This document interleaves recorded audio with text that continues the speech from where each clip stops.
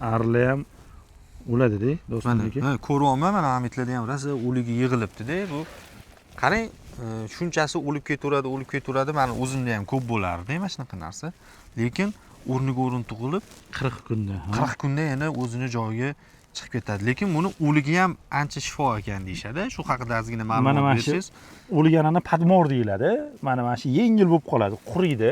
Qurigandan keyin buni qovunchida maydalab turib, kapotilsa prostata bezlariga, erkak kishilarga, immunitetga, rakoviy kletkalarni bloklaydi. Mana immunni mana shunaqa asalari. Chunki asalari o'lgandan keyin ham oz miqdorda asalarining o'zini zahri qoladi-da. O'shani anunaqasiga immunitetni zo'r oshirib beradi. O'lgani ham foyda asalarini. O'lgani ham foyda. Ya'ni asalarichilikni yenga boshlayotganligi ham foydali ma'lumot. O'lsa yig'ib qo'yish kerak buni bankaga. Uni o'ligi ham demak shifo hisoblanadi. Mana nima deyishingiz mumkin? Bu kandiy bo'ladi. Asalariga qishda berib qo'yiladigan kandiy hisoblanadi. Mana shuni, ya'ni vitamini oziqasi. Oksibaksid, mana shunaqa aniq vitaminlar qo'yib qo'yilgan bunga. Qishi bilan mana shu bilan oziqalanib chiqadi, to'g'rimi shunda? Mana o'sha asal yig'yapti, mana yaltilab turganlar mana asallari. Mana giloslardan, o'sha mevali daraxtlardan o'sha asal olib kelyapti. Aprel. Hozir 10-aprelmi bugun? 10-aprel. Aprel oyida ham xudo xolisa asallarlar asal beradi. Misol uchun bir xil aytadi-yu, mayda asal bermaydi deb. Даже aprelda ham kechga qilamiz. Alloh bersa, tabiatda bo'lsa, aprelda ham 20-aprelda ham o'sha 1-2 kunda ham asal chiqadi-da bizda. Xudo xolisa. Aprelda qilishi boshlanadi. Mevalardan olinadi. Achkigim urilyapti, derazada bo'lyapti shekilli.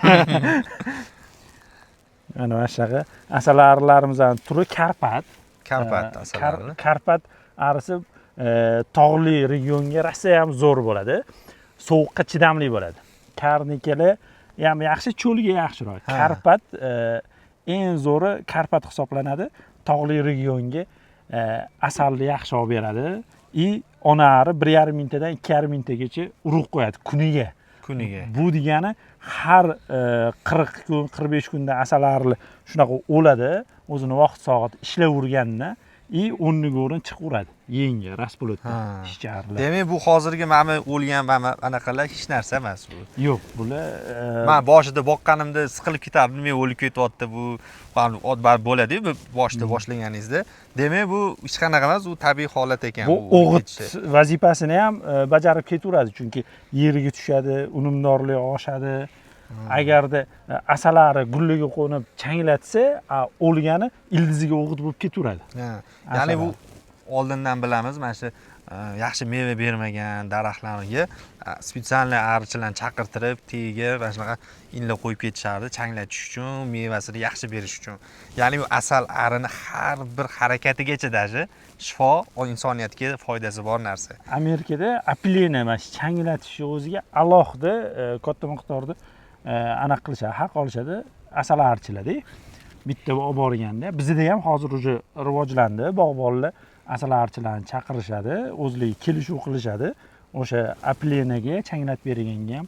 Hozir mana giloslar ham mana masjiddigina yana bir kelamiz, giloslar yiri, katta bo'lib chiqadi. Oldingi yil ko'rgansiz. Ya'ni changlamagan bog'dan ko'ra bu bog' changlaganniki yirik bo'ladi. Boshqacha bo'ladi. Mana hozir bahor oyida qanaqa changlash kerak deydigan bo'lsangiz, yozga o'xshab turib 5 kilometr radiusda aylanmaydi-da. Bir 500 metr radiusda aylanadi. Shuning uchun iloji bo'lsa daraxtlarni orasiga tiqish kerak. Arlarni yoyib tiqish kerak-da.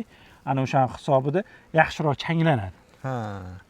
Gilos bog'larimizda o'sha shaharda tugib bo'lgan giloslar. Bu yerda endi gulladi-da. Bu chunki havo salqin ekan.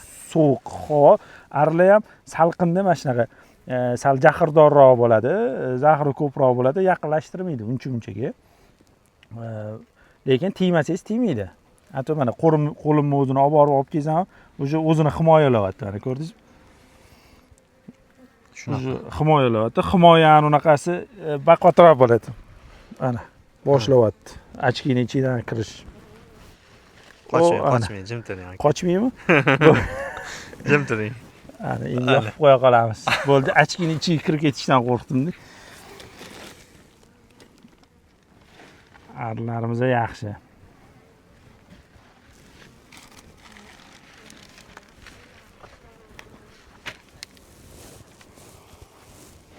Bo'ldi, pauza qilib qo'yaveray.